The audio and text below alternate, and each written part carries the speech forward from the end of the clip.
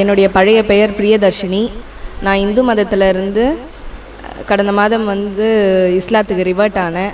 அதுக்கு காரணம் எனக்கு இஸ்லாத் மேலே இருந்த ஒரு ஈர்ப்பு, அப்புறம் முழு நம்பிக்கை.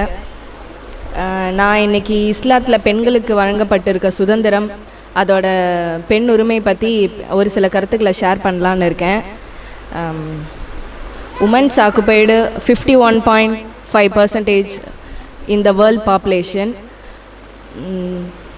ஆண்களை விட பெண்கள் 1.5% அதிகமாக இருக்கக்கூடிய இந்த சிச்சுவேஷனில் most of the females expecting from the society is அவங்க ஃப்ரீடம், ஈக்குவல் ரைட்ஸ் இதுதான் எக்ஸ்பெக்ட் பண்ணுறாங்க. அவங்க பெண் உரிமைக்கும் சுதந்திரத்துக்குமே முதல்ல பெருசாக அவங்க வித்தியாசம் நினைக்கல. அவங்க சுதந்திரத்தை தான் எதிர்பார்க்குறாங்க.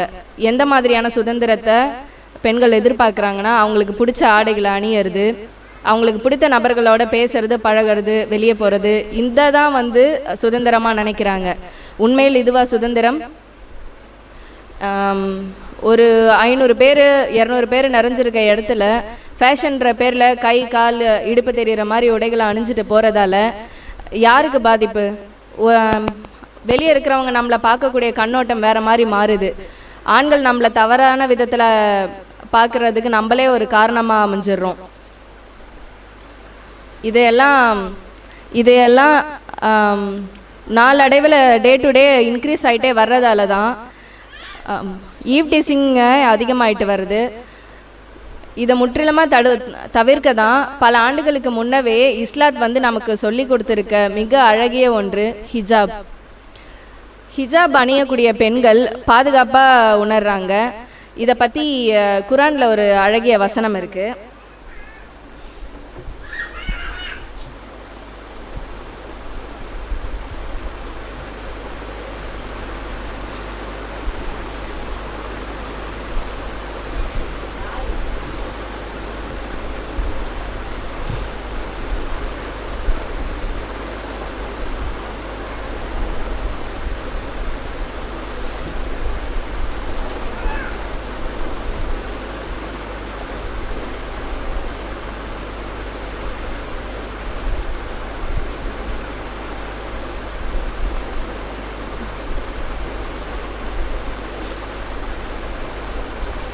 நபி அவர்களுக்கு சொல்கிறாங்க, உன்னுடைய மனைவிகளுக்கும் உன்னுடைய பெண் புதல்விகளுக்கும் இறை நம்பிக்கை கொண்ட பெண்களுக்கும் நீங்கள் சொல்லுங்கள், அவங்க அவங்க முகங்களை மூடி இருக்கும்படியான, அங்கங்கள் தெரியாத மாதிரியான உடைகளை அணியும்படி அல்லாஹ் சொல்கிறாரு நமக்கு.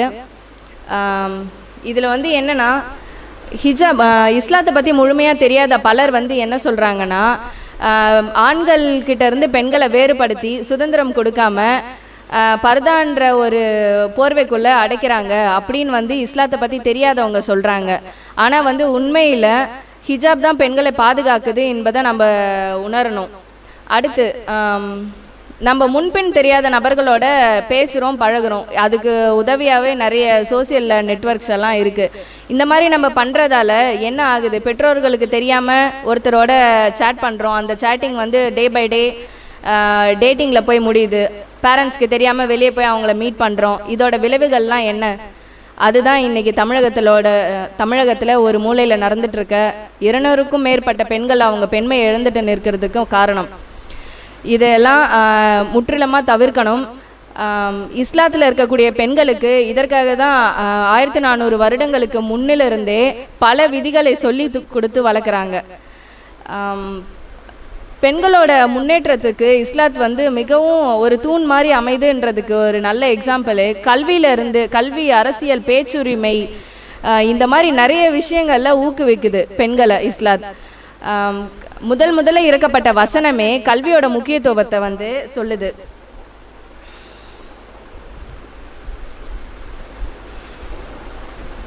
அது என்னன்னா, படைத்த உம்முடைய இறைவனின் பெயரை சொல்லி படிப்பீராக, அவன்தான் அலக் என்ற நிலையிலிருந்து மனிதனை படைத்தான். இப்படி சொல்லி கல்வியோட முக்கியத்துவத்தை பற்றி சொல்கிறாங்க. அதுக்கப்புறமேட்டு அந்த காலத்திலேயே பெண்கள் பேச்சுரிமை அப்படின்ற ஒன்று அவங்களுக்கு இருந்திருக்கு. மார்க்க பிரச்சாரத்தில் பெண்களும் ஆண்களும் ஒன்றா சேர்ந்து பிரச்சாரத்தில் ஈடுபட்டிருக்காங்க. அப்போது அந்த காலத்திலே வந்து அவங்க அல்லாவோட வார்த்தைக்கு கட்டுப்பட்டு நபிமார்கள் அவர்களோட சொல்லுக்கு கட்டுப்பட்டு அவங்க வாழ்ந்து வந்திருக்காங்க. இவங்க பெண்களும் ஆண்களும் ஒன்றா சேர்ந்து பிரச்சாரத்தில் ஈடுபட்டாங்கன்றதுக்கான ஒரு வசனம் பார்ப்போம். அத்தியாயம் 9:73 வசனத்தில், ஈமான் கொண்ட ஆண்களும் ஈமான் கொண்ட பெண்களும் ஒருவருக்கொருவர் உற்ற நண்பர்கள் ஆவார்கள். அவர்கள் நன்மைகளை ஏவுவார்கள், தீமையை தடுப்பார்கள். இன்னும் அவர்கள் தொழுகையையும் நிலைநாட்டி ஜமாத் கொடுத்து வருவார்கள். மேலும் அவர்கள் அல்லாவிற்கும் அல்லாவின் தூதருக்கும் கட்டுப்பட்டு நடப்பார்கள். இத்தகையவர்களுக்கு இறைவன் அதிக சீக்கிரத்தில் அருள் புரிவான். வசனம் தெளிவாக உணர்த்துது.